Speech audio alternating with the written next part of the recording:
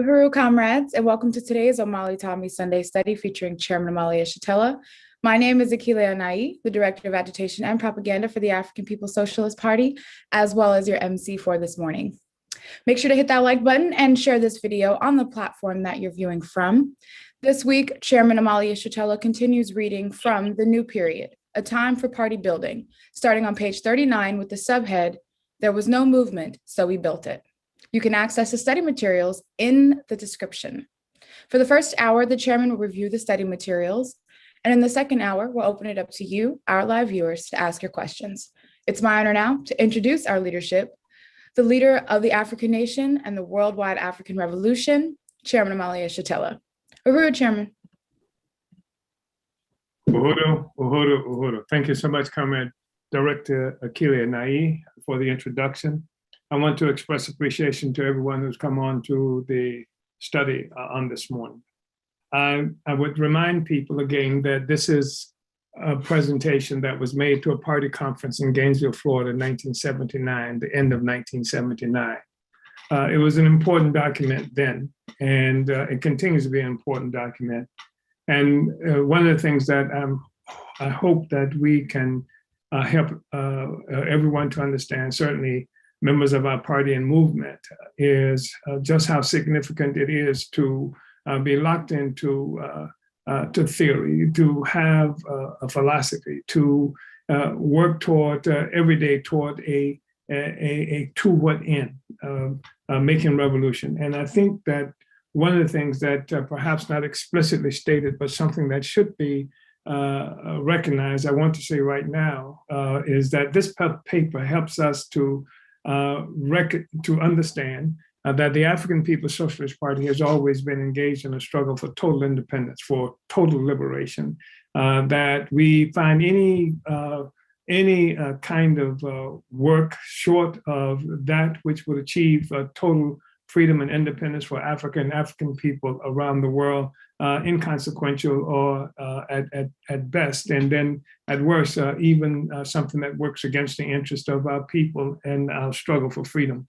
So this is one of the things I'm hoping that is understood, that we, the African People's Socialist Party, has always forever been engaged in a struggle for total liberation for Africa, for African people globally, and for the unification of the African nation and African nation with our national homeland, Africa. That is what we are about. And that is one of the things that distinguishes us. So even though you hear sometimes people using the same words as we use, sometimes they say colonialism, sometimes they say socialism and things like that. We are about the work concretely, the work to accomplish our liberation. And there are many people with whom we work who do not even think about liberation, do not even consider that being something that's possible. And most people, unfortunately, who are engaged in political activity that we can see in various places around the world, have assumed that we live in a period where we have to find a way to accommodate ourselves to imperialist, perennial, or a never-ending imperial domination of African people and the peoples of the world, and that what we need to be doing is best negotiating some kind of moderation of how we are treated under imperial domination. Our objective, again, is to be totally liberated from imperialist white power, to be free, to be independent, and that's what we work toward. And there are people I know who assume that that's impossible, and there's something fantastical about the notion of breaking free. And then there are people who are afraid of the idea of being free, which means that we have to take responsibility for our own lives and the lives of our Africa and our people. So I wanted to make that statement, because that's what should come through virtually every discussion we've had, every reading that we've done of this study. Also, what we should be understanding throughout the study is our opposition to defining and working as though we are involved in a struggle against racism, or that racism is the fundamental contradiction. We say it is colonialism. And that's something that we think that you will hear throughout this discussion. And I think that we do a relatively good job in disclosing why it makes a difference in how the struggle is characterized and what it is that we are fighting for. So we will, through this discussion, discover the fallacy of the politic in the United States and everywhere else that muddles or hides or obscures the colonial contradiction that we and the existence of the colonized and the colonizer. That there is a system that exists, and it is a colonial system. It is a colonial capitalist system, if you will. But the dialectic that's involved there, the unity of opposites in that relationship, is the existence of the colonized and the colonizer. They cannot exist one without the other. They rely on each other for the existence of the system itself. That is the dialectic. If you want to, if you kill colonialism, you kill the colonizer and the colonized. Again, they are entities that rely on each other for their existence. We're hoping that at least what we are trying to do through this discussion is to disclose, to reveal the material basis for the historical and enduring conflict between the struggles and movements of people for independence and liberation from colonialism, and those people who live, particularly who are part of the colonizer nation, whether they call themselves communist or not, especially if they call themselves communist or socialist, how this historical and enduring conflict is there between those who claim to be fighting for socialism on the one hand, and those who are fighting for the end of colonial destruction of colonialism. We think that this is an issue that gets resolved during this discussion as well. And we talk also about how the struggle for the colonialism itself is a practical factor blocking the effort to win the struggle for socialism, that those who claim to be for socialism on the one hand, but who are not fighting against colonialism are running up against the barrier of colonialism as the thing that upholds the whole colonial capitalist system. And so there's been this enduring contradiction. And then because the colonizer, and we got to remember, when we talk about the colonizer, we're not just talking about some specific group of bad people like Trump, or the colonizer, which is the entire society of Europeans that rest upon the foundation of the colonized, those of us who have been enslaved and dominated for such a long period of time. The colonizer, again, has existed on the foundation of those who are colonized, and there's no way, but has had the ability of defining what the struggle is about. And that's what the colonialism does. That's what we've talked about at different times in this discussion around ideological imperialism. We could say colonial imperialism. The fact is that the colonizers have the benefit of the power of colonialism, and even in the struggle ostensibly to change the social system, which usually means changing the ways of the system affects negatively the colonized, that undermines and betrays the struggle of the colonized historically. And that's what this study should help us to come to terms with, and why it is absolutely necessary for the colonized to lead the struggle against the struggle for socialism or world communism. So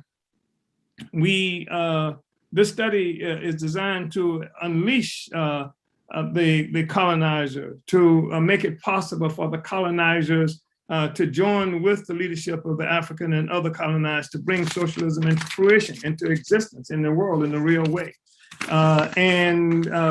We intend to show the terms for the relationship with white people and white organizers, that between the colonized and those who are the colonized. That's what we say with white people and organization. That's been an enduring kind of contradiction we've had to deal with for a long, long time. And And again, it's something that this paper had intended to, and I think successfully does, is show the basis for the relationship and bring science to this discussion in terms of relationship with white people and Africans and others. It shows how our party, this study shows how our party rescued and reestablished the African anti-colonial revolutionary movement within the US and the world. And the study also gives us examples through the discussion, especially around the issue of ANPO, the African National Prison Organization. It helps us to understand how right now to build formations like a mass organization like the International People's Democratic Uhuru Movement, the African National Women's Organizations. I'm hoping that comrades from those two mass organizations will pay real attention to that. So those are some of the things that this study should help us to deal with.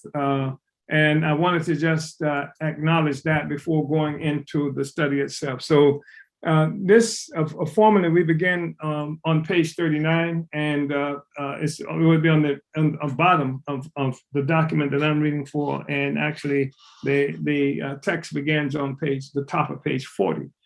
So that's what we're going to be looking at. And I really want to be able to have this discussion, because I think that there's so much that we need to learn. We will see that the significance of having written this down, indicating where it is we were trying to go, this struggle against spontaneity that we fought for the whole movement, and certainly inside the African People's Socialist Party.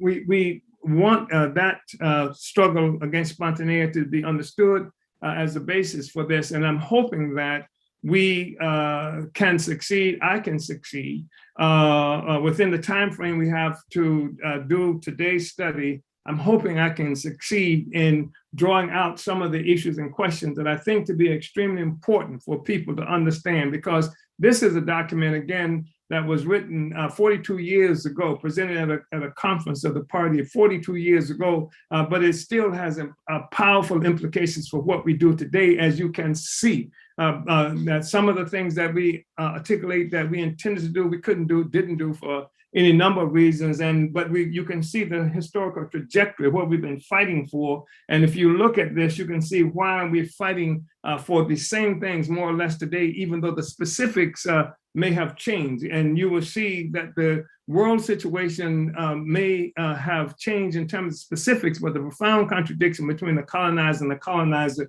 continues to exist. And that is what established the framework for the struggle we're involved in for this paper that we're studying now. So I will try to draw out as much as I can as I'm reading this, but I am going to try, if I can, to succeed in going through the entirety of this paper on today. I'm not sure I can accomplish that, but if I can, I will. So on the top of page 40 for me, it begins, and I will read now, the deep qualitative difference in the conditions of existence of African and North American people is one reason North American people have never understood or really sympathized with our struggle, and have not been able to break away from their ruling class in unity with the struggles of African people for political independence through self-liberation. And you will see, as we go through this, that our understanding of some questions have deepened, have matured, have developed, even though we hold the same basic and general line. The North American people and working class are primarily concerned with being able to continue the quote unquote good life promised to them by America and earned with the sweat from their brow, as they would say. They are convinced that they work for everything they have, and they are immediately threatened by any kind of movement which threatens the system which provides for their well-being. Thus, when African, Puerto Rican, or Native people struggle to challenge the US capitalist colonialist system, moving off contradictions which are peculiar to the humiliation and oppression flowing from colonialism, the North American people always move closer to their ruling class in defense of the system and the good life. This is one of the reasons the North American people cannot make a distinction between a people's struggle against their ruling class and themselves, since the colonialist conditions of existence for our people are foreign to them, or since they equate the impoverishment and squalor imposed on African people as something which we are due, because unlike them, we fail to take advantage of all America has to offer. And at the point one is able to accept the legitimacy of America itself as an entity, then one can be trapped into coming to the kinds of conclusions that people who consider themselves Americans have come to, that generally speaking, the system is legitimate. And therefore, what we are involved in all the time is living up to the expectations of the system. Of course, the system is illegitimate. It is a system that was imposed on the indigenous people whose land was stolen, taken from them in naked, vicious, genocidal brutality, whose it's a struggle that came at the expense of stolen labor, brutal, humiliating, grinding, vicious terror imposed on African people, on other colonized people of the world, and certainly here on the land that's referred to as the United States today. So you have to accept the legitimacy of the United States in order to be able to accept that anything else is legitimate, especially the relationship America has to Africans, that and legitimacy, the relationship that America has to the indigenous peoples here and other peoples around the world. And it's a real contradiction that so many people who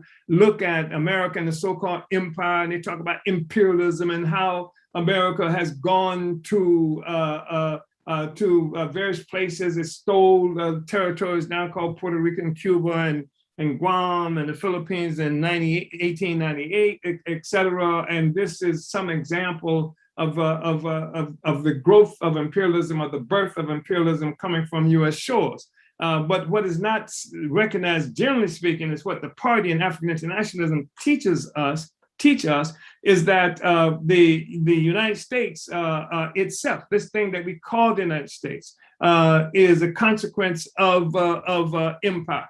That imperialism didn't start at the moment the white people left the United States and then went to attack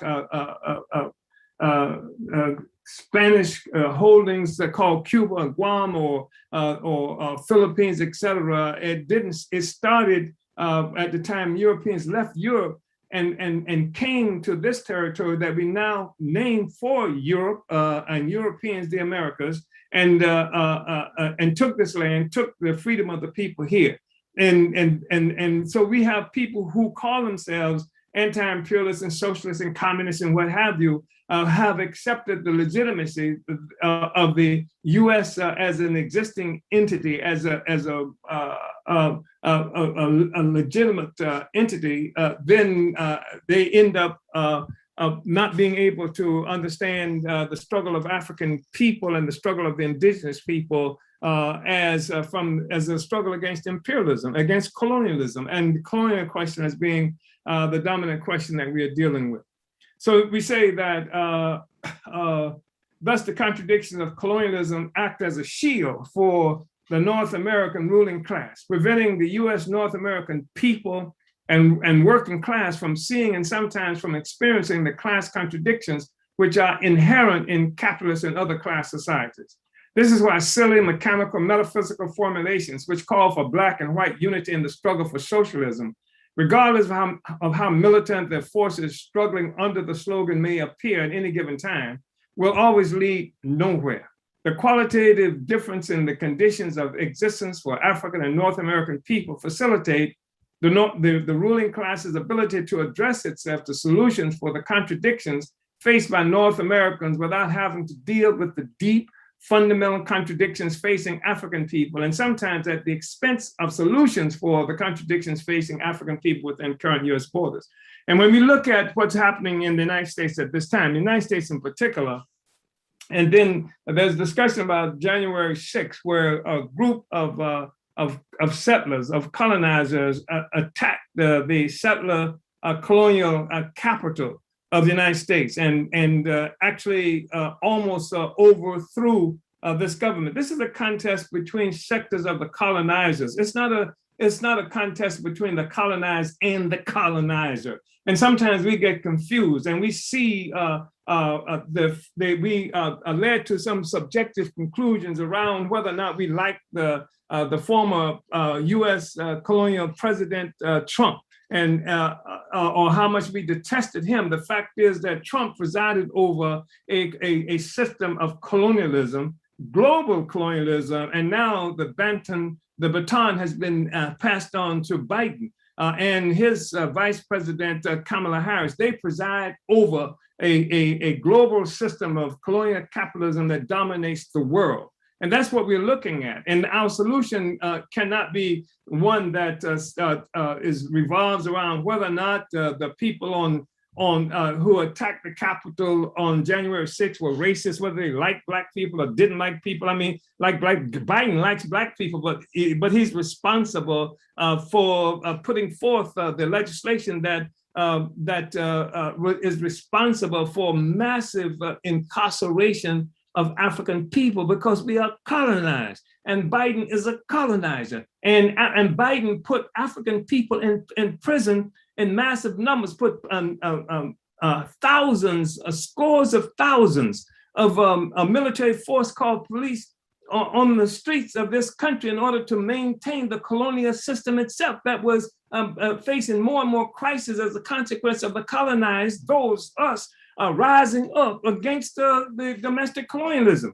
And the only difference between what Biden did and what Reagan and Trump did is that Reagan and Trump were able to see much of the contradictions with colonialism as happening, or the critical aspect of it happened outside of the United States, to take back the quote unquote Panama Canal, to crush the struggle of the people in El Salvador and Vietnam, and Nicaragua and things like that. And there's a sector of the bourgeoisie that assumes that it's better to unite everybody who can be united, and would take a different tact in terms of how Africans and the colonized people inside this country are dominated, and how they can succeed better in uniting the colonial interests of America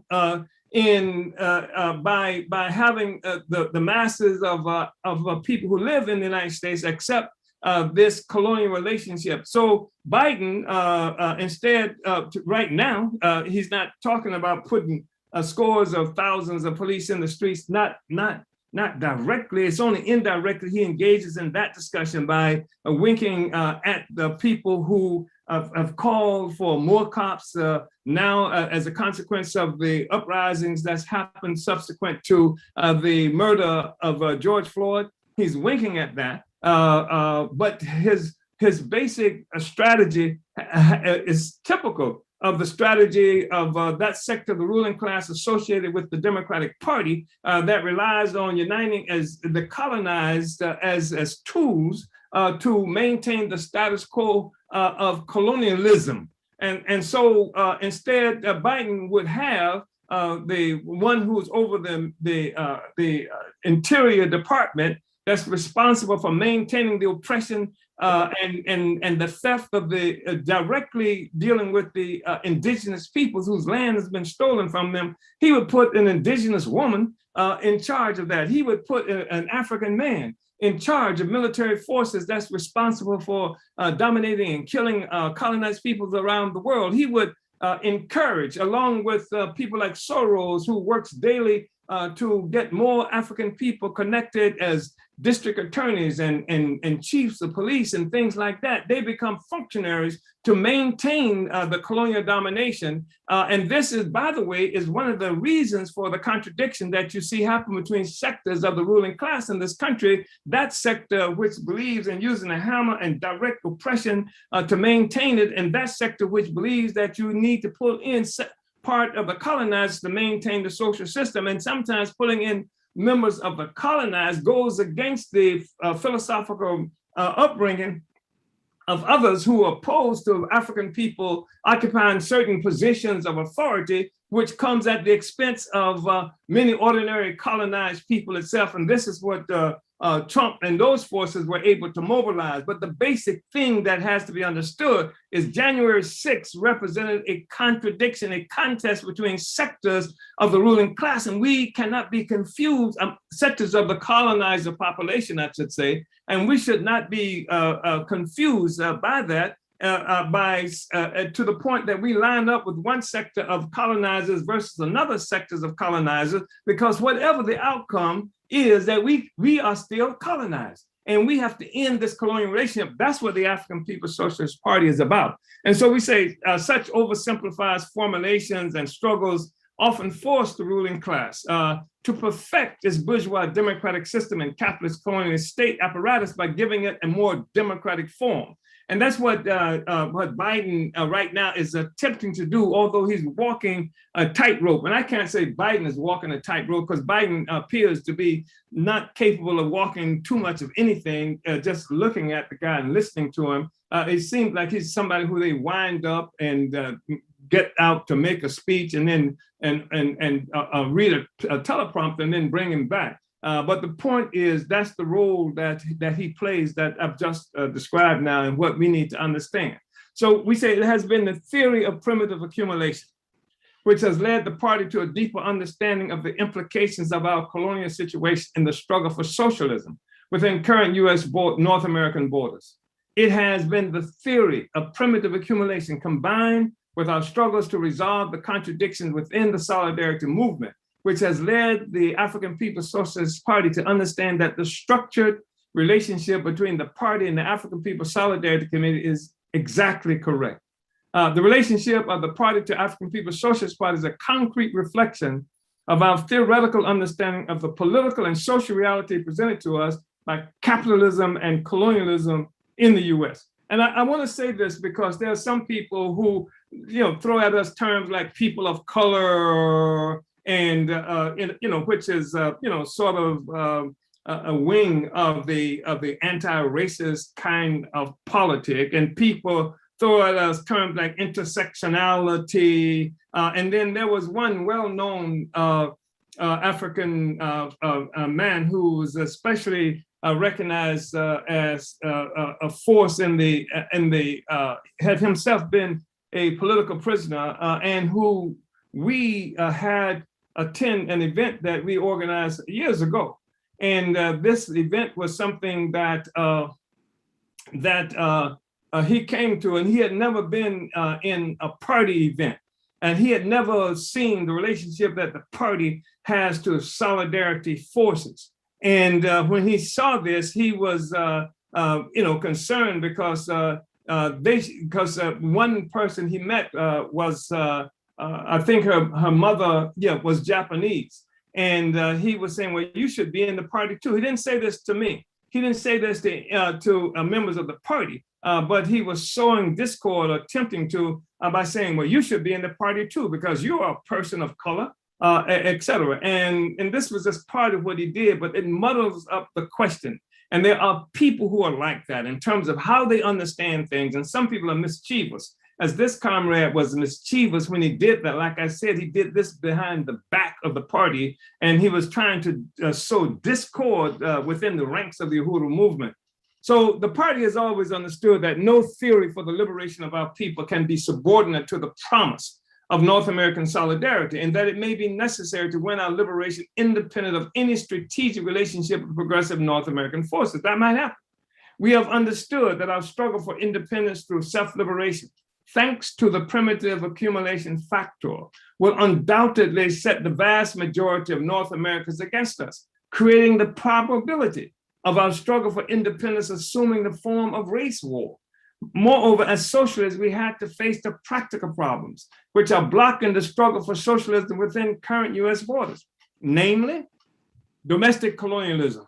Indeed, the struggle to defeat domestic colonialism is the fundamental practical problem confronting every genuine socialist within current US borders. And that is true. And that's true despite what we've heard from these ultra left wing, I don't know if they're ultra left or not, but these so-called Marxist settler colonialists who do not want to recognize the role that colonialism plays in holding up the entire capitalist system, giving birth to the capitalist system, giving birth to the rise of both the white colonial working class and colonial ruling class. They do not want to be able to recognize that, and therefore they muddy the question of the forces. They are working all the time to resolve the contradiction that exists upon the pedestal of our oppression between the colonizers themselves, as opposed to dealing with the contradiction, which is the profound contradiction, which is the ultimate contradiction, which is the main contradiction that gives life to the whole social system between the colonized and the colonizer. So we say that every genuine socialist within, not just the United States, but certainly it's true within the United States, but in the world, would be finding themselves having to work under the leadership of the colonized to overturn colonialism, because that's the system that gave birth to them, gave birth to the social system, gave birth to Europe, gave birth to specific iterations of Europeans, whether they call themselves Australians, Americans, Canadians, British or German or what have you.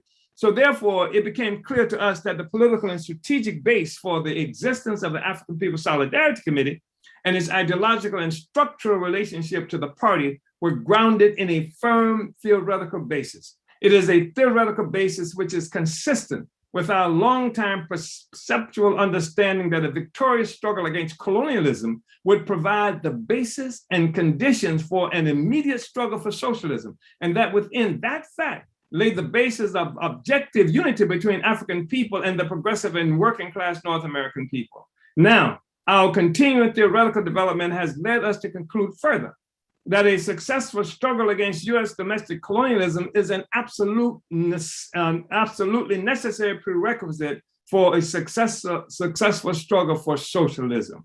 So that's a part of what we have come to understand. And I'm hoping that people absorbing that and reflecting on that, and even if it is something that people want to struggle with, but at least you understand the basis for what we are talking about. There are people who call themselves activists, whatever the hell that means, and who are engaged in certain kinds of political work now that they are not about overturning the social system. They are not about the working class coming to power. They don't even sometimes recognize the existence of the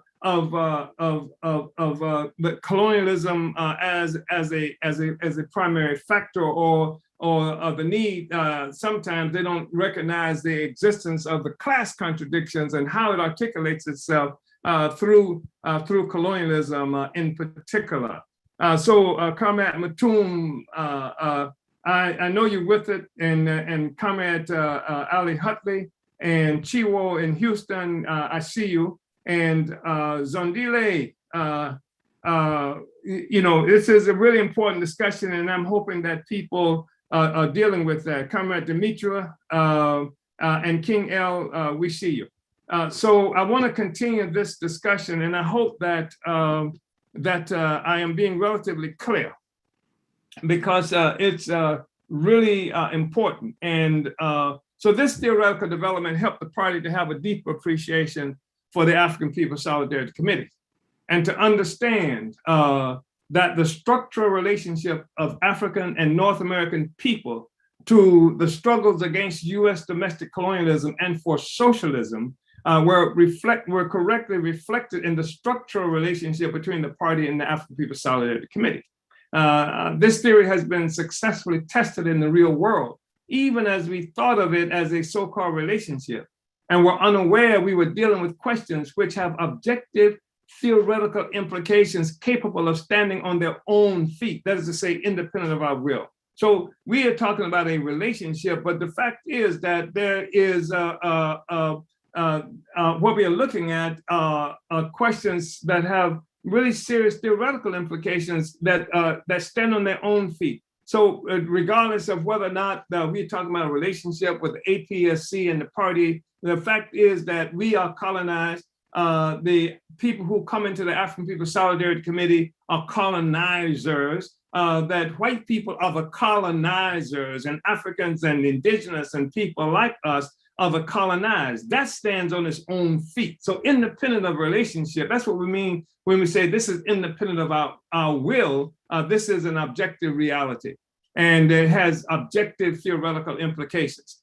So the African People's Solidarity Committee is fast developing the tactics and strategies and program and organizational instrument necessary for winning the North American people a socialist revolution through support for our anti-colonial position, and in solidarity with our struggle for political independence through self-liberation. And this is really important to us because what we've done is mobilize a sector of the settler colonial population in the United States. And I'm happy to say that we've also begun that process in South Africa, where sectors of the settler colonialists have come on board with the struggle against colonialism under the leadership of the advanced detachment of the African Revolution. This is the working class with its own organization, and we have mobilized these sectors of the colonizers in struggle against colonialism. This has never been done before in history, where you have sectors of the colonizers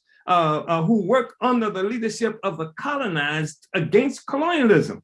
This is the first time we've seen the potential for bringing real socialism into the world by destroying the pedestal upon which the capitalist enterprise, the capitalist system, the capitalist project relies. So this is a really important kind of work that we're talking about. And then we've got a body of forces from among the colonizers who working day in and day out under the revolutionary discipline of the African People's Socialist Party, under the accountable direction of the African People's Socialist Party, utilizing whatever kinds of creativity that they can bring to bear, mobilizing as many of the colonizers themselves into this process, assaulting the economic and political institutions of the colonizers to bring about, to facilitate decolonization, power to the African working class, and the advent for the first time in history of a genuine communist revolutionary movement. And this is critical. And this is our response to those people who talk about the white man this and the white man that without being able to address the actual concrete conditions and the basis of the success, the foundation of the colonial capitalist system itself. And that's what we are talking about. We're talking about a scientific approach to overturning the oppression and exploitation of African and other colonized people and all of the laboring masses of the world. So we say a manifestation of APSC's developing capacity in the areas just described is their successful fundraising among the North American people of more than $60,000 in material aid, most of which went to various aspects of party work, and at least 20,000 of that going to the party's successful effort to build the US-wide Black prison organization. So that was not much money, but just think about this. In something like 42 years ago, we created a situation where there were settlers, there were colonizers who got together and convinced other colonizers and themselves, and they raised something like $60,000 in material aid to fight against colonialism.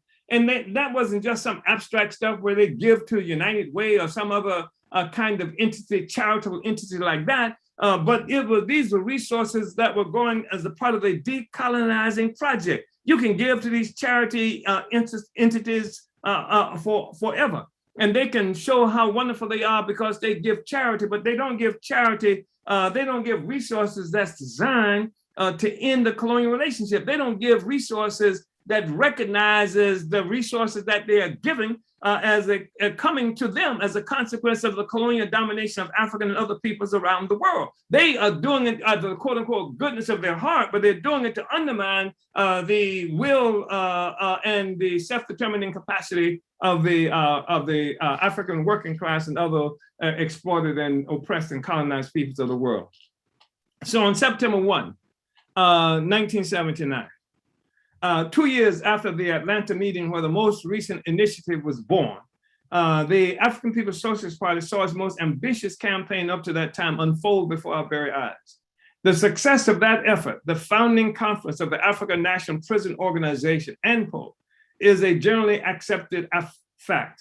More than 100 African people from 16 states, 25 cities, and the District of Columbia came together and in one unanimous voice declared the birth of ANPO, thus ending a long and weary trek that closed out one period and opened up another for our struggle, our movement, and our party within current US borders. This new period was also issued in and complemented by the 6-week European tour by a party member and National Committee to Free Desi Woods chairwoman and 2 women from the APSP-led work. And this woman, who led the National Committee to Free Desi Woods, was 19-year-old Demisha Blackard. And the tour resulted in the distribution of a tremendous amount of ideological, political, empirical information concerning the African pro-independence struggle within the US and the creation of Desi Woods support committees in Amsterdam, Copenhagen, and Paris, and demonstrations at the US embassies calling for the end of our colonial oppression and domination in Copenhagen and London, and growing relations with African forces in Europe. This is what this work did. This part of the objective, a strategic objective that we had established, is to win support for the pro-independence, for the anti-colonialist position of African people, so that peoples around the world can participate, unite with the struggle of African people to free ourselves from US colonial domination. That's the kind of work we were doing. That's what we're talking about now. That's something happened more than 42 years ago. But before I talk about this new period, I would like to make one point absolutely clear. From the beginning of our existence, from the day of our founding, the African People's Socialist Party has wanted to make a revolution. There has never been a single moment that we did not want to make a revolution. But the critical thing that separates the party from the ultra-leftist forces and other formations mired down in the swamps of spontaneity has always been our understanding of the difference between wanting to make a revolution and being able to make a revolution. We have always understood that a true reflection of the desire to make a revolution is the work done by revolutionary forces to contribute to the development of the objective conditions and the subjective forces which make revolution possible. These are the tasks which we have been taking on, those necessary to contribute to the development of the objective conditions and the subjective forces which make revolution possible. These tasks have been at the core of all our work, every step of the way. The essence of these tasks, with the already stated intent, constituted the political metabolism, which was the life essence of all our work. While the same is true of all our work during this period, the essential difference is to be found in the different form and content these tasks will take on during this period as a result of the success of the work with a particular form and content during the last period. When the party was born, there was no movement. That was what we were faced with. So we built it. When the movement was built, it lacked the practical experiences of translating general ideological position into practical struggle. So we taught it. The African People's Socialist Party taught it. We pulled people from these storefronts and with their candlelit ceremonies and handshakes and things like that into the world. So that the philosophy, so that this assumption that they said they represented of the the right for African people to be self-determining, to be free of the colonial domination of U.S. White power. It was given a practical capacity to do it. The party taught them how to do that. When the movement learned to struggle, it also learned of its ideological shortcomings. So we provided ideological analysis. When the movement accepted our ideological analysis, it lacked a general strategy for African liberation within the US. So the African People's Socialist Party constructed a strategy. These are the tasks which, when combined with the various campaigns, contribute to the development of objective conditions for a revolution. These are the tasks which, when combined with the various campaigns, contributed to the development of the objective conditions for revolution. In the process, we also created a tough, steeled fighting machine in our cadre. This task constituted the move to develop the subjective conditions for revolution. This task constituted the move to develop the subjective conditions for revolution. It is a relatively young cadre with the wealth of experience stemming from our many struggles and campaigns. The highest expression of the experience of this cadre was the successful European tour and the sophisticated, incredibly mature work done by everyone at the conference to build the African National Prison Organization. In the process, we also created a new period. But if our cadre is so good, how are we to explain the obvious confusion which has swept our ranks, leaving the cadre befuddled, dispirited, and demoralized? Well, the answer is not too difficult to find. For one thing, since all the party's work in the last period was characterized so much by the series of campaigns I have just painstakingly enumerated, our party cadre began to see the campaigns as everything. Our cadre lost sight of the fact that each campaign was to be a stepping stone to a qualitatively different stage until such time as the quantitative changes led to a qualitative change designated a new period. Secondly, it was quite likely that even those cadres which understood we were building for a new period were unable to recognize or adjust to it when it arrived. And the fact is, this conference where the new period paper was presented and foretold of it came as a response to deepening contradictions, as we talk about here. And almost immediately following this conference, the party ran into some contradictions that had a real serious negative impact on the ability to carry out some of the work that we are talking about. Uhuru. And so I see you, Carmen Malika.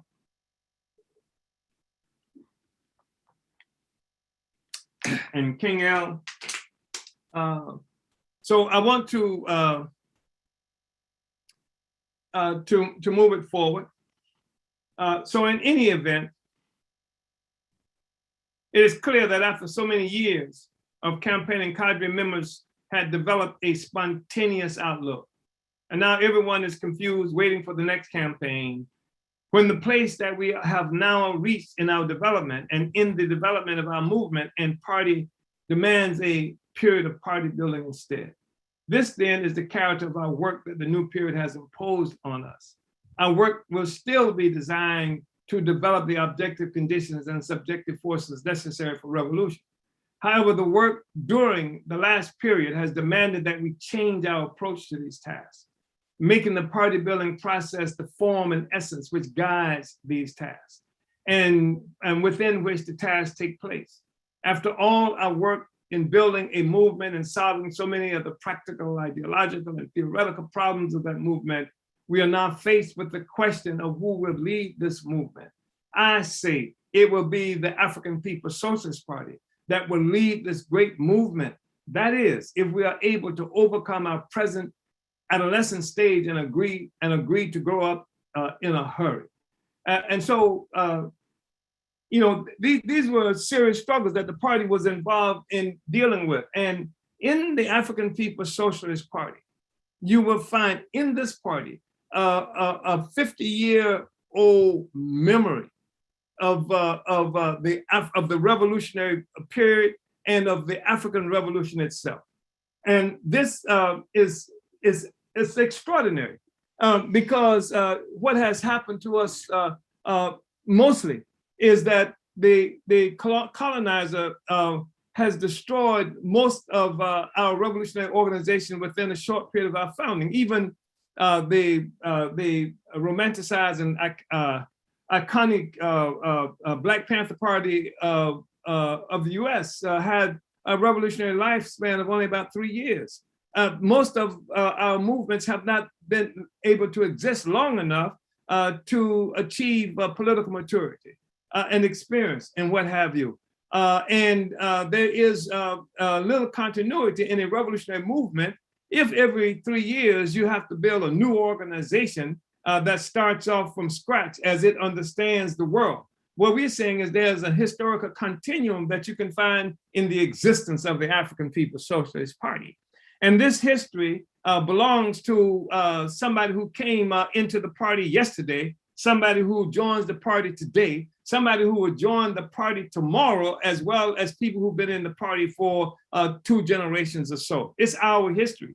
And this is a part of the continuum that the African Revolution has as a consequence of the steadfastness, of the consequence of having a party that is tied to a what end. What is the objective, so that we don't just get born into situations with the assumption that it's always been like this. We don't just get born into situations where the issues of the moment is what defines the essence of the struggle. The essence of the struggle is one that we recognize to be the assault on Africa that resulted in the capture of Africa and African people and the dispersal of the African nation, the separation of the African nation for the last 600 years or so. We have to rectify that relationship because that's the foundation of the existing social system.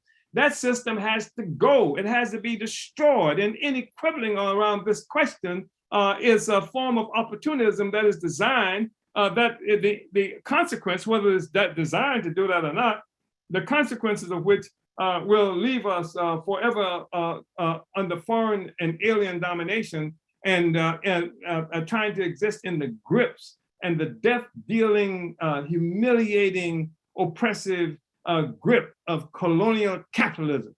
And we say no.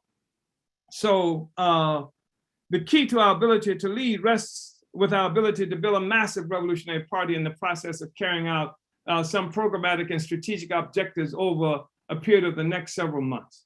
The programmatic and strategic objectives are closely related in most instances.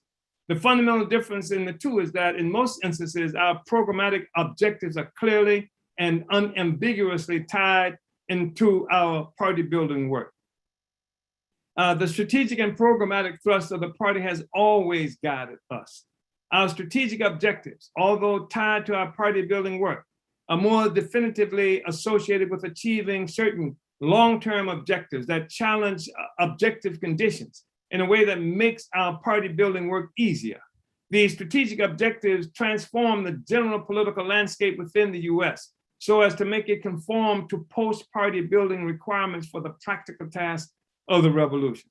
I believe our programmatic thrust should consist of the following. 1, highest on our agenda of the immediate program should be the all-out development of the African National Prison Organization as an anti-colonialist activist mass organization with strong chapters built in every city and state within the US where there are African people living. There are several reasons for this drive. The reasons include the much talked about strategic importance of ANPO as a popular tool for winning our people to anti-colonialist politics. You see this, we say this is the African National Prison Organization that we're talking about at this moment. But we say that the strategic reason include the much talked about strategic importance of ANPO, the African National Prison Organization, as a popular tool for winning our people to anti-colonialist politics. The importance of ANPO as a formation where leadership can be learned by the masses. The need for an activist organization within which the fighting capacity of the masses can be heightened, and the need to develop reserve forces for the revolution. You will see, like in this elaboration, while it's a African National Prison Organization, is dealing with the question, the fact that African people are in prison, the quote unquote prisoner as such, that is not the fundamental issue as much as the colonial condition that all African people suffer from. And African people are in prison because of colonialism, not because there's somebody who just went through their zip codes and picked up all of the African people and say, let's put them in prison, not because there's somebody who went through the local authorities and got birth certificates identifying Black people and say, let's do it this way. This is colonialism. And so that's what we have to fight against. And this is the kind of movement that we've always understood, that we have to struggle against colonialism, and the struggle around the prison question is an anti-colonial question. And so we do prison work, but we're not a prison organization. We are an anti-colonial, revolutionary anti-colonial organization with the objective of destroying colonialism, the liberation and unification of Africa and African people, and the advent of socialism under the leadership of the African working class through its advanced attachment, the African People's Socialist Party. So we say one way and pole. The African National Prison Organization will serve as a reserve formation. I want you to hear this, comrades, in NPDOM and in ANWO. One way ANPO will serve as a reserve, and in APSC. One way ANPO will serve as a reserve formation is by creating a base of recruitment for the party. A strong, active ANPO also provides a reserve formation through the ongoing development of the political consciousness and ideological depth of the masses doing the work. This thereby places them in closer proximity to the practical revolutionary tasks of the moment and advances their objective self-serving value to the revolution. However, somebody accused me, somebody the other day, of seeing cadre as the means to an end. And the party, yes, we are a means to the end. That's the basis of this relationship that we have. As much as we may learn to love each other, etc., the objective coming into this is to end colonialism and to do all the work that's necessary to liberate our people. It's not because of me or you or any other individual. Do we come into the party as a means to the end? And what is the end? The end is the liberation, unification of Africa and African people around the world under the leadership of its advanced attachment, the African People's Socialist Party. So however, another important reason for the need for ANPO building drive is the growing seriousness of the international situation. This is 1979, and the impact it is having on the economic and political implications for African people and revolutionary work within the US. This economic situation, coupled with the threat our ongoing work in the party will pose for US imperialism, is certain to provoke the US capitalist colonial state to make every terroristic attempt to crush us and any other serious progressive and or democratic force within the country.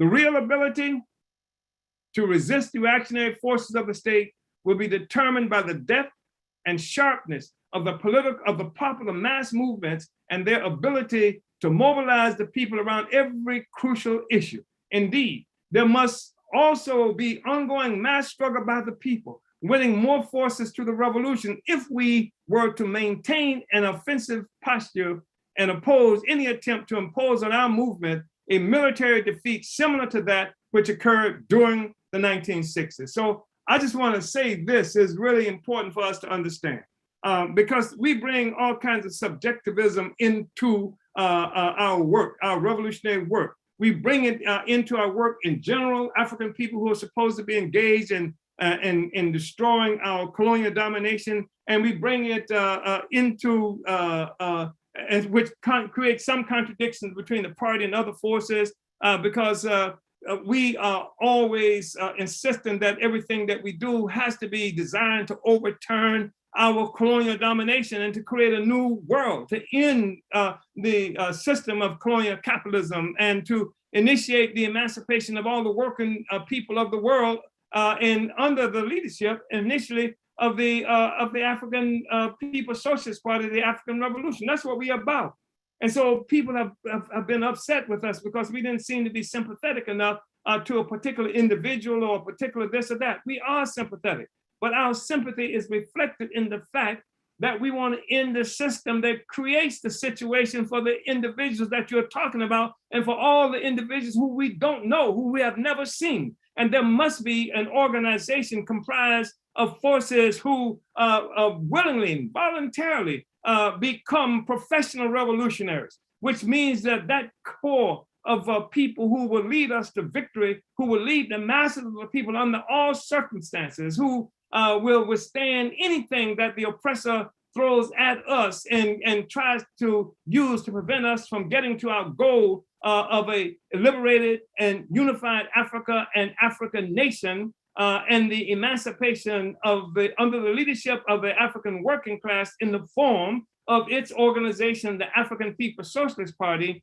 and the emancipation of the working people of the world under the leadership of the colonial force, the existing colonized people that exist today. That's what we are about. So, Comrade Director, I know it's 9:01 now, and I don't know, I may have been a bit ambitious in terms of what I thought we'd be able to do. Give me some leadership in terms of whether we should continue or not. Chairman, well, the next section that you entered is quite long, so I think that it will serve better for a next part for next Sunday. And perhaps we could even start back at the beginning of this section again, just to refresh everyone, but I think it's a good time to stop. And then if we start back, we would talk about where?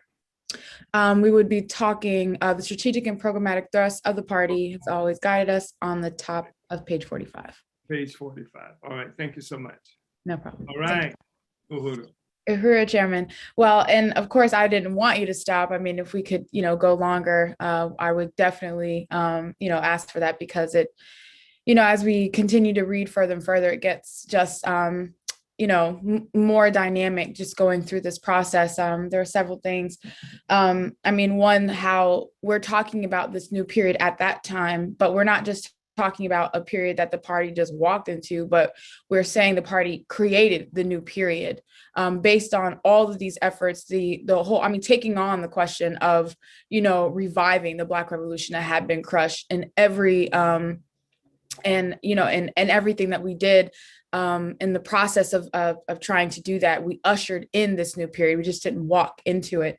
And I really appreciate, the point that you're making about it's our history. So those who are entering political life today, that, to the thing that can steady ourselves, the thing that gives us confidence, is that we're attached to this 50-year history of party building. And that's something that has to be understood and adopted by, the forces that are with, who have been in our movement, even probably during the time that this was written, but especially for those forces who are just entering into political life, because this didn't just start upon our entry. It didn't just start with the murder of Mike Brown in 2014, but it started all the way back at this point that you are talking about now. And so let me not go. I think that's important because, we live in a period of like social media militancy, and we've seen scam artists and hustlers, sometimes even deranged individuals who come and take advantage of people who suffer mightily. People suffer mightily under colonial domination in so many different ways, so many iterations of colonial oppression and exploitation. And we've got hustlers and scam artists and forces like that who enter the fray and take advantage of the people, and sometimes take a lot of money from the people, sometimes, work them, like slaves for their own benefit, as opposed to anything that's going to change the system. But part of what this document, what we are reading, should also do is help us to understand that being revolutionary is not an easy thing. It's not easy. And some people don't mess with it. If you hear what we're saying, you can handle it, don't jump in, because we are talking about revolutionary cadre, professional revolutionaries. And when we say don't jump in, we're not saying you can't support the revolution. We're saying that the party may not be for you. It may very well not be for you. You may be able to join one of the organizations that the mass organization party has created and still be a part of the revolution, because the mass organization will have a revolutionary character based on the fact that they represent a factor the strategic revolutionary goals that have been established by the party. So you might not be able to be that kind of cadre that we are calling on, and that's all right if you recognize it, but don't come in to the party like so many slimy, weak-kneed creatures have done.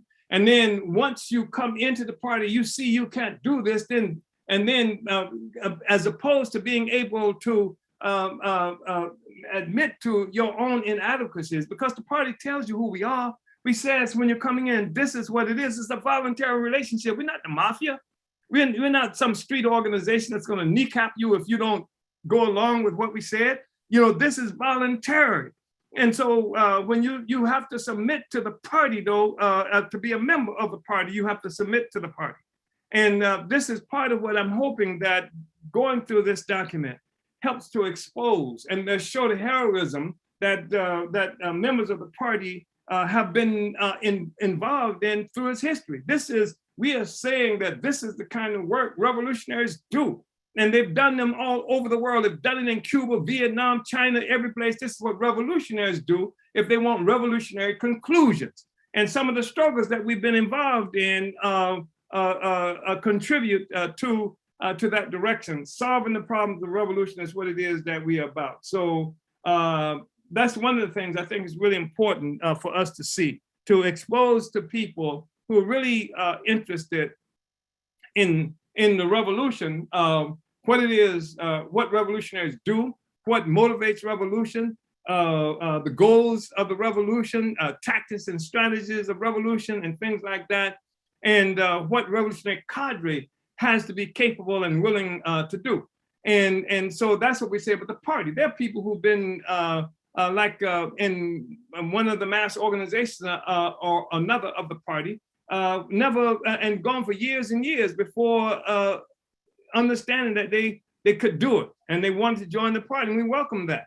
And I just wanted to say, I think that's one of the important things going through this document and some of the others that we have gone through and will go through should contribute to. So, Director, back to you, Uhura.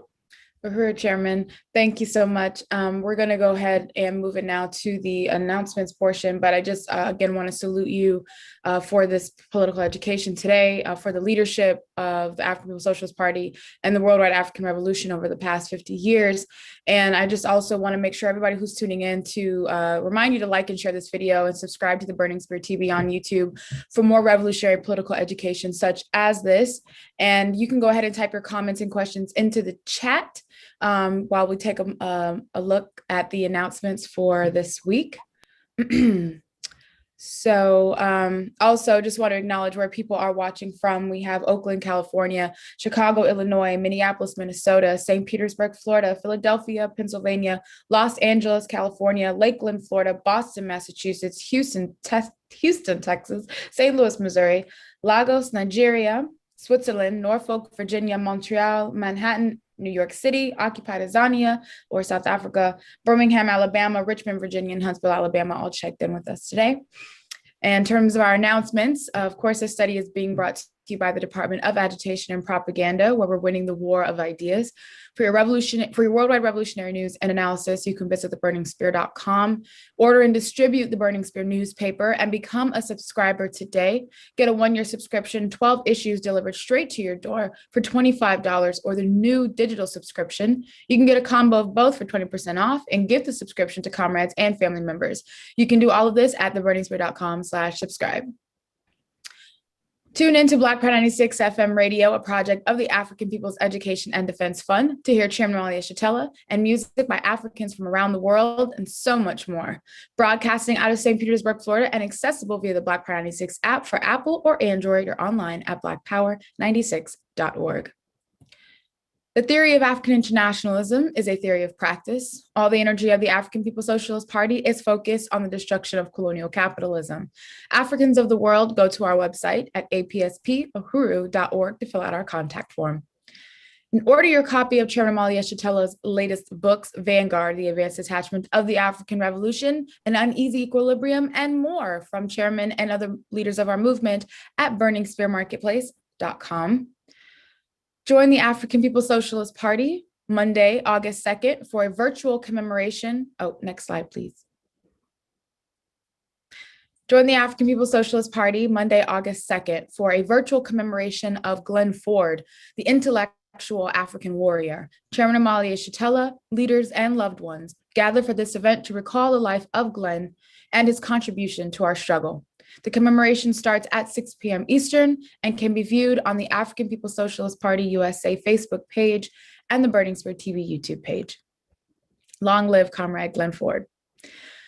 On August 7th and 8th, 2021, the Black is Back Coalition for Social Justice, Peace, and Reparations will be hosting its 12th annual conference.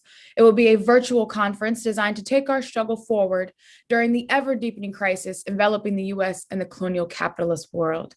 The theme of this conference, deepening the resistance to police terror, honoring our political prisoners and prisoners of war, Black community control of the police, is designed to establish a coherent mission for the coalition and define the task of the US-based Black liberation movement at this time.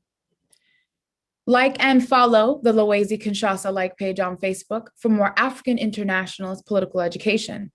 Secretary General Loezi Kinshasa does frequent live events such as the War of Ideas series. He includes live sessions done in French. To get alerts of when SG Loezi is going live, make sure to like and follow his page today. Tune into White Lies Shattered, the new series of the Reparations in Action podcast featuring Penny Hess, chair of the African People's Solidarity Committee, along with the Uhuru Solidarity Movement chair Jesse Neville and its host, Jamie Simpson.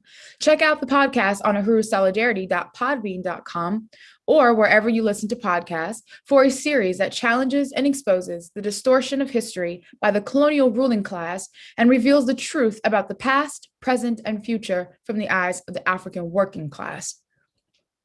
Uhuru Furniture and Collectibles in Oakland is hiring a full-time truck driver. Do you have driving and furniture lifting skills? Can you work Wednesday through Sunday? If so, apply for this position and contribute your labor and skills to this institution of the African People's Education and Defense Fund. Every day you can work with an amazing team and go home knowing that you're helping to build the independent African economy.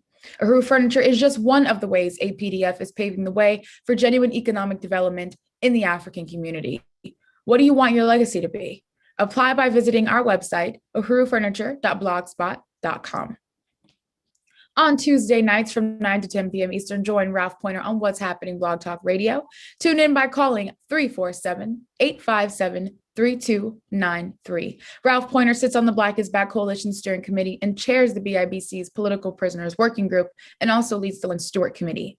And we're also calling on people to follow the All African People's Development and Empowerment Project on Facebook or visit developmentforafrica.org for important information and helpful tips in regards to the colonial virus COVID-19. APDEP launched an international telehealth program, which is a free resource for African people to get our COVID-19 related questions and concerns answered by licensed doctors and nurses through Project Black Ankh. You can make your free virtual appointment with one of their professional health providers by going to developmentforafrica.org/telehealth.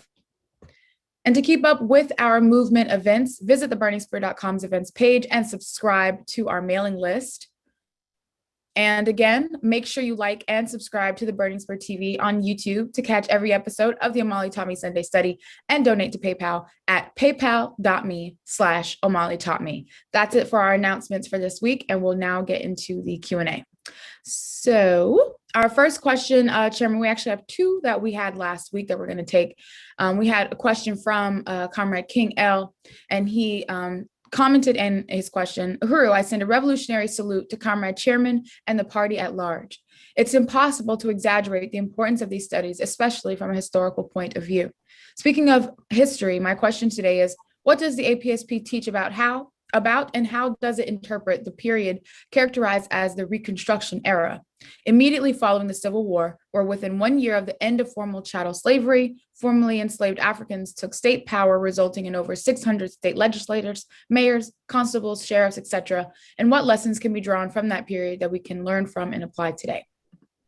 Well, thank you, Comrade King. I think that's a really important question. And I think the question itself reflects a general kind of misunderstanding of what state power is. Getting elected to office in the United States is not state power. The state is an institution of coercion.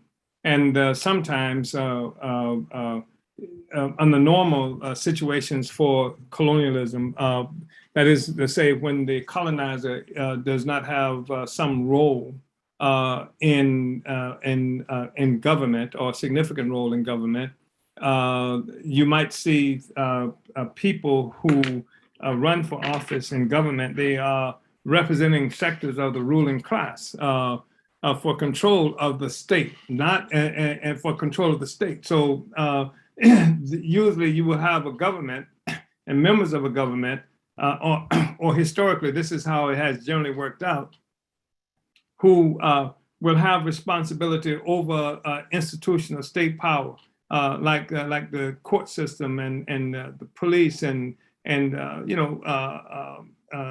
the military, et cetera. And the ruling class is the entity that actually hires these guys, and the elections function as means by which the ruling class, first of all, can, what do you call it, when you somebody audition these guys, and then they fund whomever it is that indicates, or that's proven that they've educated to carry out the mission for that sector of the ruling class. And that's one of the contradictions that people are looking at today, when because usually it's this nonviolent contest for control of the state that constitutes an election that resolves the issue of what sector or what strand or what iteration of the ruling class will have control of the state. And that did not get resolved with the 2020 election. Or not the 2020 election, but 2016 election. The election of Trump didn't resolve that question, because Trump was elected, but he didn't control elements of the state. And that these were elements of the state were controlled by other political forces, economic forces, which is why every step of the way, everybody that Trump would bring into his administration of government, put over the military, put over security institutions and things like that, ran into all kinds of problems, and some were jailed and some were charged with this and that, and his program was effectively neutralized in many ways, even though we see Biden having taken on much of what Trump had put forth, but Trump was neutralized. So he didn't control the state apparatus, and that was an ongoing fight that he had. And if you can obviously easily recognize that when you see institutions like the FBI, CIA, Homeland Security, those forces, and various other expressions, even education, all of those things that represent certain state power, that's normally, unless the crisis is such as what we've seen happening, where the ruling class itself is split in 1,000 different ways. Trump couldn't make that happen. He's not the first to have that contention, and I'm not saying that, but I'm saying that the clearest example of it not being resolved through through the election is Trump. And we could say more about that, but we don't have time. So what we saw with the Reconstruction was not African people having state power. African people having state power would have had to fight the colonial system and have our own system, our own power. We didn't have our own power, and that left us extraordinarily vulnerable. And many people thought that because we could, because there was some element of electing people within the colonial system, because white power had this whole internal struggle with itself, that there was an assumption that somehow we had power, and we didn't have power. And what's made that evident is the fact that in what was it, 1877, 76, election 11 years after, 10 years after the end of the Civil War, 11 years, African people are now finding ourselves having to get out of Dodge, being persecuted, murdered all over with the end of so-called Reconstruction era. And by the way, Reconstruction itself was not some smooth path. I mean, Africans were still being killed, attacked, terrorized, even during the era of Reconstruction. But with the Tilden-Hayes Compromise in 1876, it unleashed a kind of Trumpian, if you will, furor from white people who Africans had established free education and other kinds of things in this country, but it was still the colonial white power state. We didn't have our own state, and that is something that I think we can learn from. And we didn't have the capacity. At certain junctures in the history, we had efforts by Denmark Vesey, by Nat Turner, by others to actually attack the whole system itself and to liberate ourselves from the system. Then came how white people, the struggle among the white forces themselves, the colonial forces themselves, whether there was the colonial capitalists of the South or the colonial capitalists of the North, how they fought among themselves for control of the economy effectively. And at that juncture where African people were central to the economy in a particular way, and that frustrated where the interests of another sector of colonial capitalism was frustrated, then they fought among themselves over that. And we didn't have the ability at that time, the connectedness to take it where Nat Turner tried to take it, or to take it, when I say tried to take it, that is for liberation, or Denmark Vesey, who saw connecting to Haiti as being fundamental to victory and what have you. So we fought for freedom within the context of the existing colonial capitalist system, and we are suffering the consequences of that now. We didn't have our own freedom, we didn't have our own power then, and that's what we are fighting for now, and that's what we learned from Reconstruction. Uhuru. Uhuru, Chairman, I really appreciate, this answer, and I appreciate King L for raising the question, and Unite that, taking the opportunity to deepen this question around state power and what that means and what it looks like, and the whole question of the state in general. And just taking an opportunity to clarify this, because you do see that confusion of, seeing neo-colonialists in positions of power, confused as some kind of progress or confused as power for African people. And, we know about the system, especially in its state of crisis, that it will insert neo-colonialists because it can't rule in the same old way. And so, all of these struggles that experienced even following the Reconstruction era, and what, the period that, even that, how that was ushered into, it required, for the system to respond in a certain way that would allow the optics and, the indirect rule of neocolonialism to take form. So I just, appreciate you deeply. I want to say that Africans were terrorized even during this period. Africans who went into office, political office, the city that you live in, Chairman Akile, that in Florida, the head of the Florida State educational system was an African man named Jonathan Gibbs. That's where the school you graduated from was named for this African.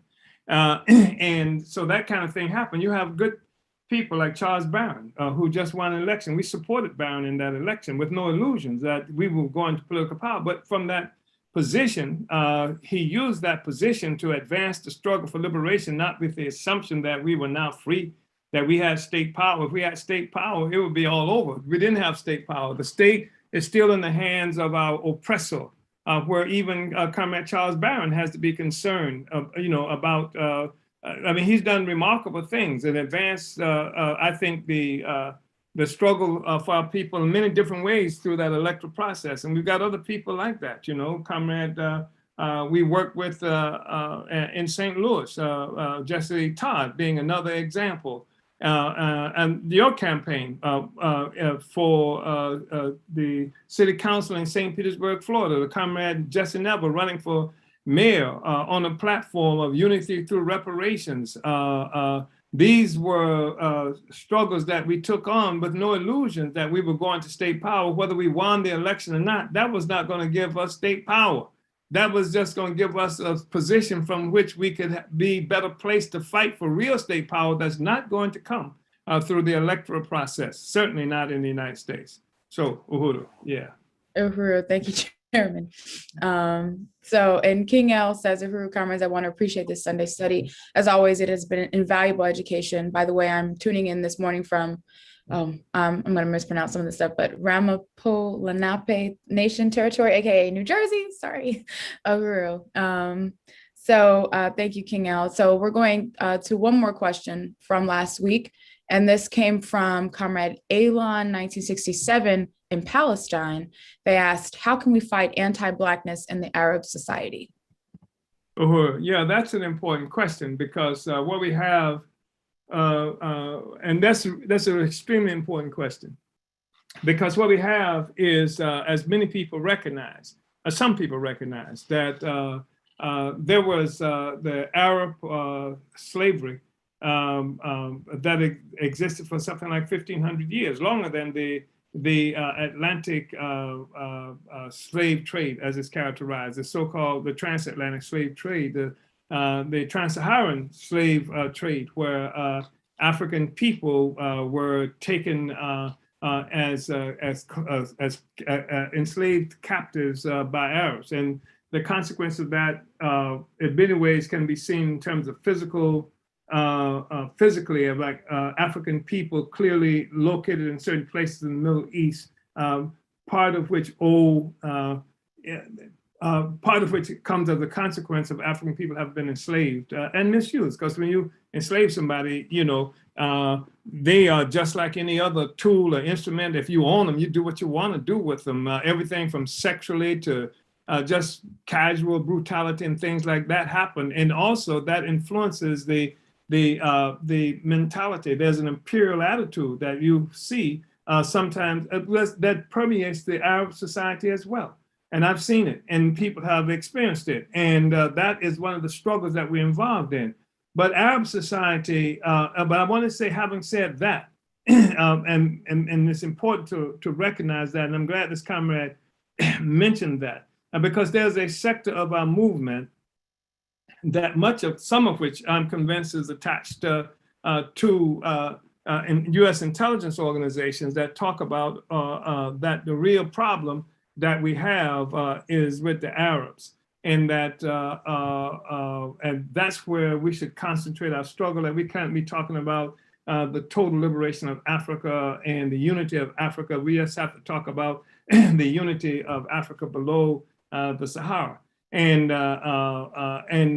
which is because of that history that I just mentioned, and also because of the clear, sometimes imperial attitude that we see with Arabs, and that will come as a consequence of a society, that grows through the exploitation of another people. You can have that imperial attitude, but we've seen that it doesn't have to be that way. We've seen it with Ben Bella from Algeria, who played a critical role in the Algerian Revolution in the 1960s, and who volunteered to be on the front lines of at the founding of the Organization of African Unity in 1963.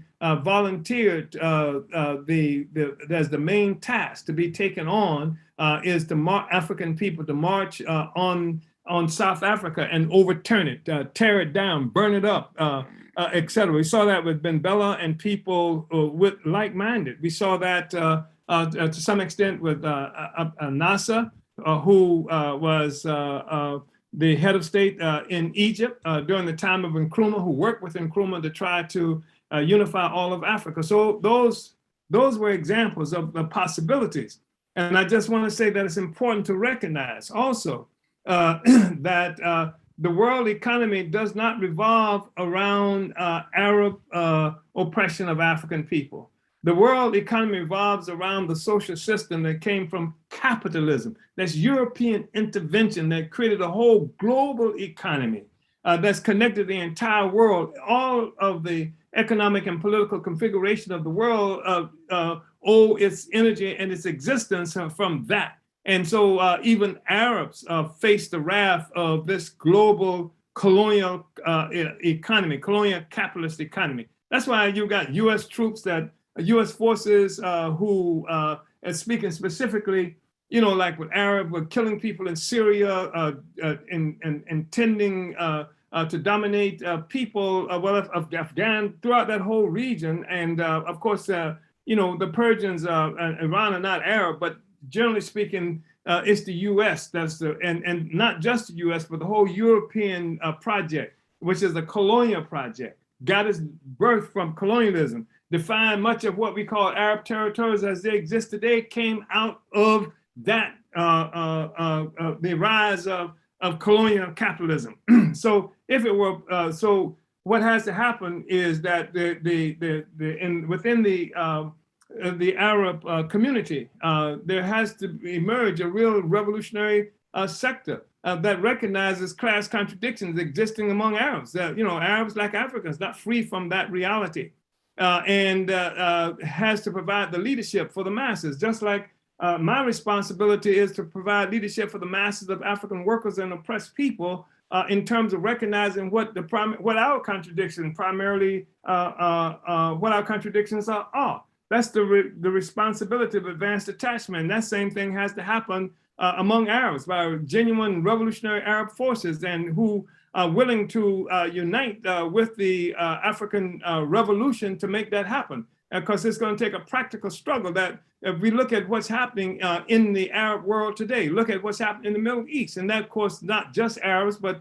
other forces in the Middle East, and how these corrupt forces from Saudi Arabia, the UAE, the United Arab Emirates, and all these other forces there from Kuwait, this dominate and oppress the general population of Arab people, are responsible for collaborating with the imperialists and with the Jewish state in oppressing and murdering Palestinian people. There's class question deep in there. And there's also a need to reject the borders that were created by the imperialists in creating most of what the Arab states now, and even choosing, in many instances, the ones who would end up governing neocolonial government within that whole Arab world. So join the revolution. There's no easy way out of that.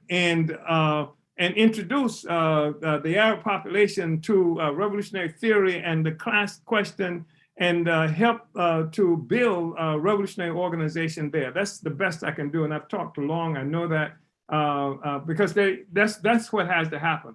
Just like it's happening, that we are trying to make that happen, or making that happen within the African world, uniting the African people under the leadership of its advanced attachment to destroy colonial capitalism and be able to have the decent kind of relationship. And I want to say, having said that, Comrade Director, that our party, the African People's Socialist Party, has always been on the front lines and working with Iranians. We were there. I mean physically confrontations with white nationalist forces in the streets of the United States, and even this paper that we're studying, and some days shortly after that, during this whole process, we had battles in the streets of Gainesville, Florida, where this paper was presented to a conference in defense of the Iranian people and the Iranian revolution. Physical confrontations, one.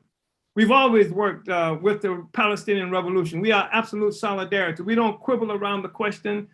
We don't pretend that somehow there can be a two-state solution or some nonsense liberal like that. I mean, there is what they call Israel is occupied Palestine at this point, where Europeans came and stole that land, dispossessed the Palestinian Arab people, and created this monstrosity that is nothing more than a military outpost for U.S. and what they call Western imperialism, but a part of the colonial, the world dominating colonial project, Uhuru.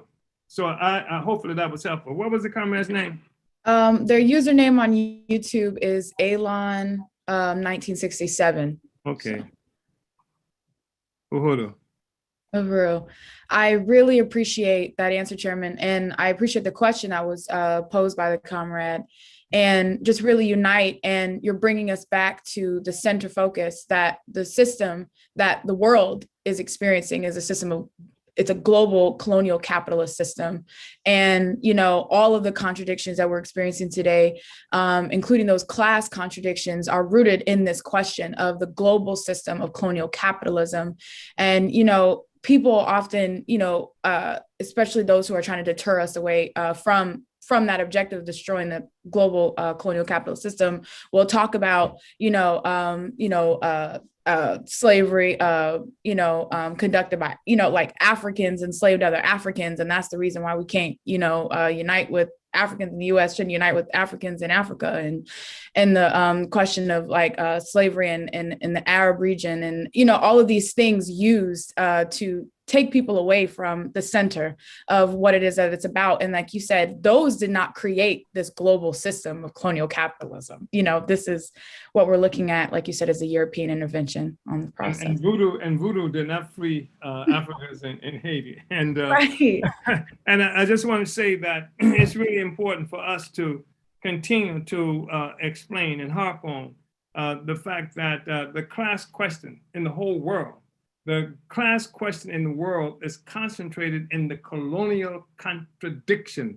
It is colonialism. That's the concentration of the class question. It's not some issue that exists between the industrial white workers and the industrial white rulers. It's the white world, the colonial powers, the colonial that came into existence, that brought capitalism into existence through expropriating value, lives, property, dignity, from the colonized. That's where the class contradiction is concentrated. And at that point where they can point us in these other directions, it's like sleight of hand, so that you get involved in all of these other kinds of issues as primary, when all of them may have some relevance. It's not to say that there's no relevance in this question, but it's not the primary contradiction. Support. Right. How do you deal with the so-called Arab racism? Support the African Revolution and point the Arabs in the direction of support of the African Revolution. And this is one of the ways to move that forward under the leadership. We say African Revolution just because it's Black and in Africa doesn't mean it's revolutionary. Otherwise, we would have been free a long time ago. But the African Revolution resides in the leadership of the African People's Socialist Party, Uhuru. We heard, Chairman, thank you. And I just, before we go to our next question, just want to say that this doesn't, like African internationalism doesn't presuppose that the world prior to the advent of colonial capitalism was a perfect world, but African people have the power to determine our own destiny. Yeah. And that was taken away from us, solving these different problems that existed prior to European intervention. That was stripped away from us. And, so that's what we're fighting for, is to be able to control our own futures, our own destinies. And that comes with the African Revolution. So yeah, that's like saying, we run into this situation where somebody breaks into your house. Somebody and begins to brutalize you and beat you up and do things like that. And then in responding to breaking your house, brutalizing you, taking everything you got, I would say, well, your mama used to beat you too, right? And so therefore, of course, since your mama used to beat you, and you got a whole entire different relationship, and plus your mama didn't do it under normal circumstances, but punished you, you got a whole entirely different relationship with her than you do with these foreigners who treat you like who you become the other to. And your existence is just for the purpose of the whole people. You function only to provide value, significance to another group of foreign and alien forces and powers. That's what the existence of Black people in the whole world is about. You look at things, even the so-called Olympics, and people, talk about this child, Biles, and her, and everybody now, they got mental problems, and hell, what the hell are you talking about? Even getting anywhere. Osaka, Biles, and what have you, as a colonized young person who, that colonialism means rape, violence happening to you all the time. You don't have to be somebody who's in the Olympics for that to happen to. Yes, she's suffering, and she's not like the other white girls who are there. And despite the fact that the white girls may have problems too, because you can live in a system that bases itself on rape and pillage, even as a colonizer, without getting some rape and pillage done to you too. But the weight that this young woman, and she has no country that she's waging this struggle for. So there's supposed to be what somebody was telling me about the freak, this so-called Greek basketball player, 6'11", that's extraordinary, miraculous, that plays for Greece. You look at the performance and see all these African people, and that's supposed to be a Greek. It's an African. And you see in Germany, France, the United States, all these Africans don't even have identities of our own. And we go into this thing and where bananas get thrown at us and all kinds of other stuff as a normal part of the process. And they love us and adopt us for using us in situations like this. We don't have our own country that we're fighting for. There's no African in the Olympics that's fighting for our own country. They might call themselves Nigerians, they might call themselves French, or they may call themselves African Americans and the rest of it. But we don't have that kind of foundation that would give us the kind of strength and mental and psychological clarity and strength that we need. So just think of what we do without that. Just think of our performance. But it's like gladiators. Like the Rome, they capture you and they throw you out and you perform for them. So we dribble basketballs better than most people. We can jump and throw hoops and sing and dance, etc. And all of those, that's the parameters within which we are allowed to function because we serve them. But we can't be Africans. We can't be Africans and we can't serve ourselves. I'm not quite sure where I was going with that or what started that discussion, but it's a critical thing for us to lead around. And the African People's Socialist Party is the organization that's driving, this ideological clarity as a means to which we have to achieve total liberation for the African nation. Uhuru. Uhuru, Chairman. Well, I just appreciate where this discussion has taken us up to this point. I mean, that was really profound. I just really want to appreciate you for speaking to that, especially because lots of people, in trying to understand and grapple with this question of even the Olympics. I mean, this is a crisis of imperialism. Yeah. An example of it. I'm wonderful as long as I can dribble a ball for you, Right. You have to start dribbling your own balls, singing your own songs, having your own babies, doing for yourself. We're going to be free. That's the objective, and not to be some kind of auxiliary force for the functioning of this social system to make it better, to make it a better colonial power, to make it a nicer slave master. That's not our objective. Our objective is to destroy slavery and enslavers. That's what we have to do. The world will not be safe as long as this social system continues to exist, and nor will anybody in it be safe.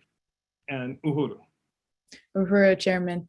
Thank you. Thank you so much. We're going to go move to this next question. This comes from Comrade Nyendu in Fort Myers. And he says, this is a very important and needed study. He asks, could you explain the term third world countries as it pertains to colonialism? Who is the second world country? I suppose the first world countries are the US and Europe.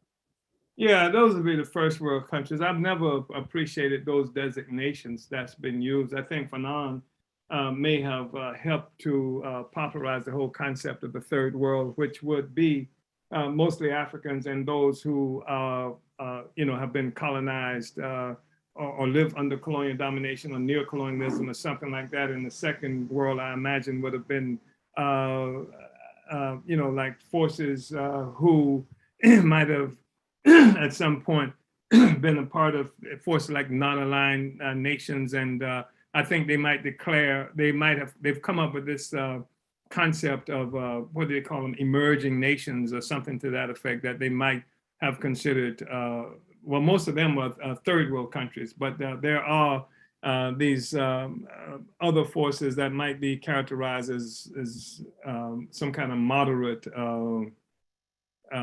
forces. Comrade Masamela mentioned here that the Soviet bloc, I guess, might have been called the second world.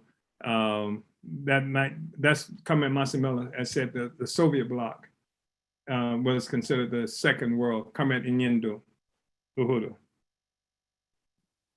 Uhuru, Chairman, and Uhuru Nyendu, thank you for your question. So that looks like that was the last question we've got. I'm wondering if the Soviet bloc alone, perhaps, but yeah, perhaps. It was some kind of, I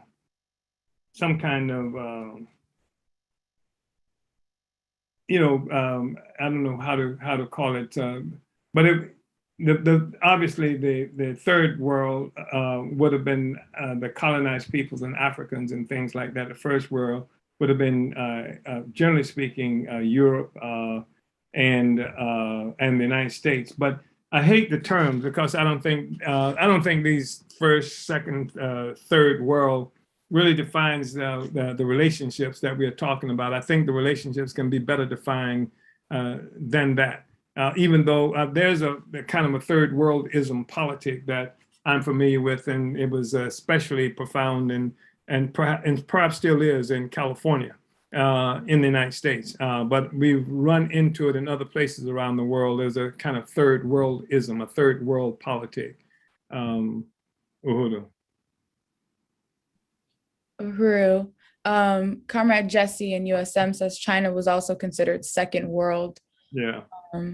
And I doubt it is now. That's why I think it's so inadequate, you know. But Uhuru, thank you. Yeah. Uhuru. There are no other questions except we did just Brian on Facebook commented developing countries, but that's all they mentioned. I don't know if that was Brian, if you wanted to. Yeah, there have been concepts of developing countries, emerging countries, and and developing countries by what measure, and it's a way, and all of these is terminology that's used to avoid the fact that there are countries in the world that are exploited by colonial capitalism. These are exploited countries, and how do they get to be developing countries? How in the hell can you have a situation where Europeans can leave Europe, come and attack a people, steal all of their land, all of their resources, and bring a whole another population there to create wealth and value for you, and then you become a developed country, and then the people from whom you steal everything is a developing country. How the hell is it a developing country? It can't develop. What this concept is used is to obscure the fact that there is a force that's denying the capacity for the vast majority of humanity to live in a state of natural development, because resources and are stolen from it by the so-called developed world. The world got developed through colonial domination, through colonial capitalism. Uhuru. And someone else you were saying. Yeah, that was Brian on Facebook. Uhuru, Brian. Real. So again, Chairman, there are no other questions at the moment. Comrade Renee in Philly says, I heard, Chairman, I really appreciate your answer to that question on the question of Arabs in the struggle for African liberation, Arab solidarity with Black power. That's Comrade Renee. And yeah, so I mean, Chairman, we are about, let's say, a little less than 10 minutes away from closing time. I don't know if you want to just expound on any other point, or you could, give closing remarks at this time, before we actually conclude, but, anything you wanted to expound on. Thank you, Comrade Director Akile. And I just want to say that you, yourself, Director Akile and Ai, represent a kind of evidence of the significance of building toward revolutionary conclusions, and building a party that's tethered to a prediction of the defeat of colonial domination. I think that your presence and the presence of others like yourself who've come into the party is a statement about the significance of the party having existed for the more than 50 years, or for the 50 years or so that we've been here, and to have existed consistently with the objective never being pushed away from recognition of our responsibility and need to win total liberation, and not being willing to be satisfied with something short of the total absolute liberation and unification of Africa itself and the African nation, wherever it has been dispersed around the world. That's what it's about.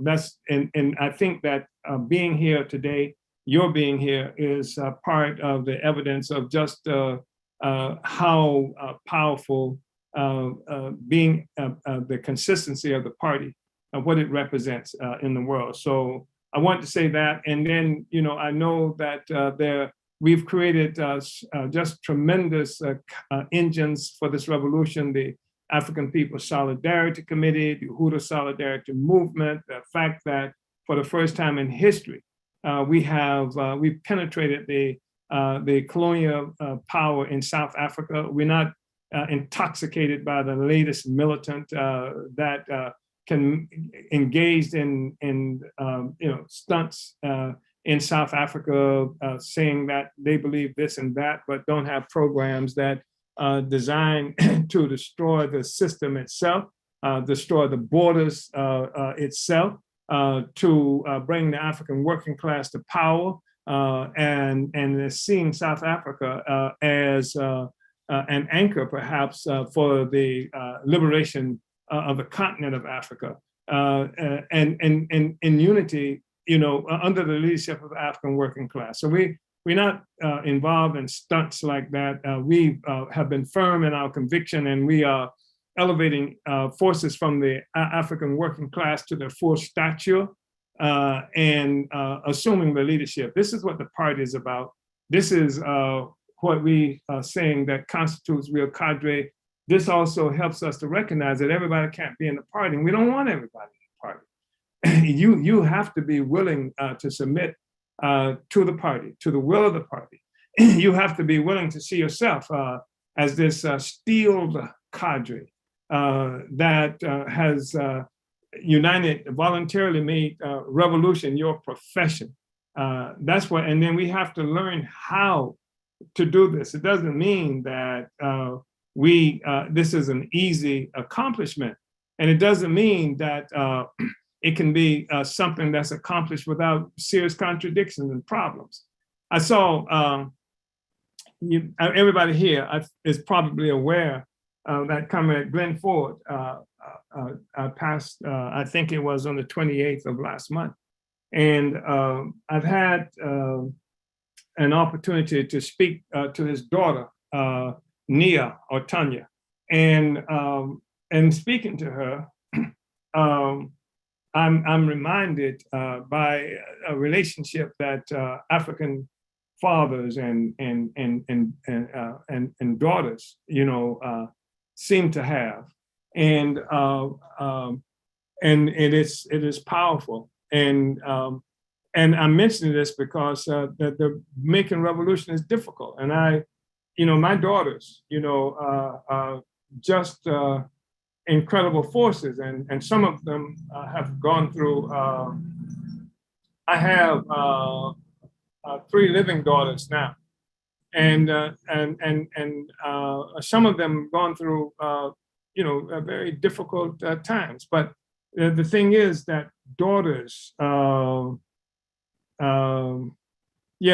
this relationship with fathers, and I mean it's part of what helps one understand who one is. And I listened talking to Glenn Ford's daughter, and who she said she really didn't. She knew a father, obviously, but she's learning more about a father through how people are responding to his death. And I'm fortunate to have daughters who communicate that to me right now. And I'm saying this is because being part of the revolutionary movement does not come without sacrifices. And people call it sacrifices, but the thing is that once one becomes professional revolutionary, we think the sacrifice is to submit to this. That's the sacrifice. You sacrifice everything, and so there are difficulties. That's why it's called struggles in this. And everybody who participate in the revolution will not be members of the party. They will not have been able to commit. And if you look at virtually every revolution that's happened in the world, you see sometimes it's at the last minute that we see some forces who became well known as revolutionaries join the revolutionary project. But it's been this core cadre that has pushed it, that's made it happen. And that's who we are, and that's what we are building on a regular basis, because there's not going to be freedom for African people unless we have this this instrument of professional revolutionaries committed to that end. So, Comrade Director Akile, I really want to express appreciation for this discussion and for everybody who came to this discussion. I thought we'd be able to finish. I really was ambitious enough to think we'd be able to finish this discussion on today, but I know we have at least one other time that we'll have to do this. Uhuru. Uhuru, Chairman. Yes, and again, really appreciate this whole study. Your leadership, the theory of African internationalism, and its introduction to the world has truly changed the course of history. And this study, and I know that we wanted to get through the rest of it, but I'm excited to have extended another week to review this document, because as people are agreeing, on Facebook, on YouTube, and in the Zoom, these studies have just been really profound, and this document being made accessible to our revolutionary movement has been extremely important. So I just really want to appreciate you, Chairman, and I'm excited for next week's study. So you guys make sure you guys are tuned in next week to catch possibly, most likely, the final part of the study series. And I just want to really appreciate everybody who's tuning in today. And I just want to call on you to subscribe to the Burning Spirit TV YouTube channel, because you'll catch every episode of the Omali Taught Me Sunday Study. And to continue to support the OTM show, donate to paypal.me/Omali Taught Me. That's all that we have for you guys today. So we'll catch you next Sunday as we conclude the new period of time for party building. Uhuru, Chairman, Uhuru, comrades.